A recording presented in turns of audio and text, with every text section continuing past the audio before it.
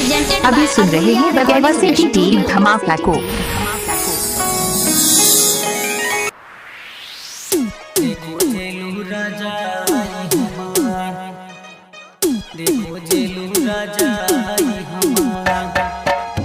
Music director टुनटुन बाबू सालहा हाजीपुर वैशाली।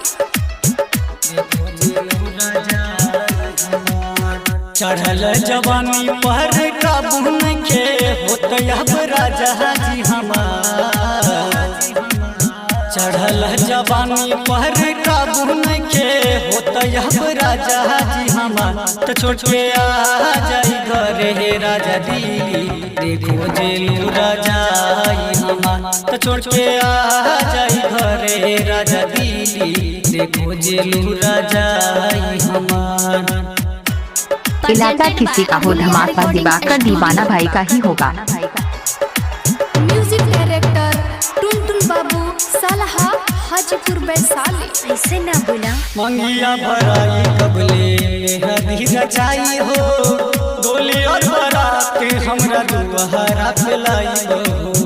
मंगिया भराई कबले हदी रचाई हो गोली और बारात हमरा दुआरा पे लाई हो। मनवे के सारा धाका मन में रही जल्दी पूरा दहा बालना। मनवे के सारा धाका मन में रही जल्दी पूरा दहा बालना। तो छोड़ के आ जाई घरे राजा दिल्ली देखो जेलू राजा हम। तो छोड़ के आ जाई घरे हे राजा दिल्ली देखो जेलू राजा हम। अभी सुन रहे दिवाकर दीवाना भाई। Recording studio.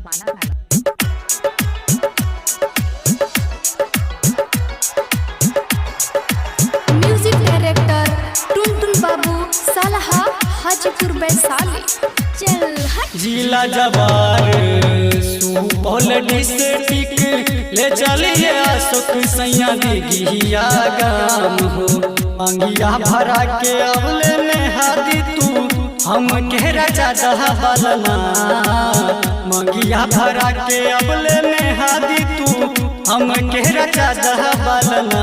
तो छोड़ के आ जाई घरे रवा दिल्ली देखो जेलू राजा हम। तो छोड़ के आ जाई घरे राजा दिल्ली देखो जेलू राजा हमार। चढ़ला जवानी पर काबू के होत अब राजा जी हमार।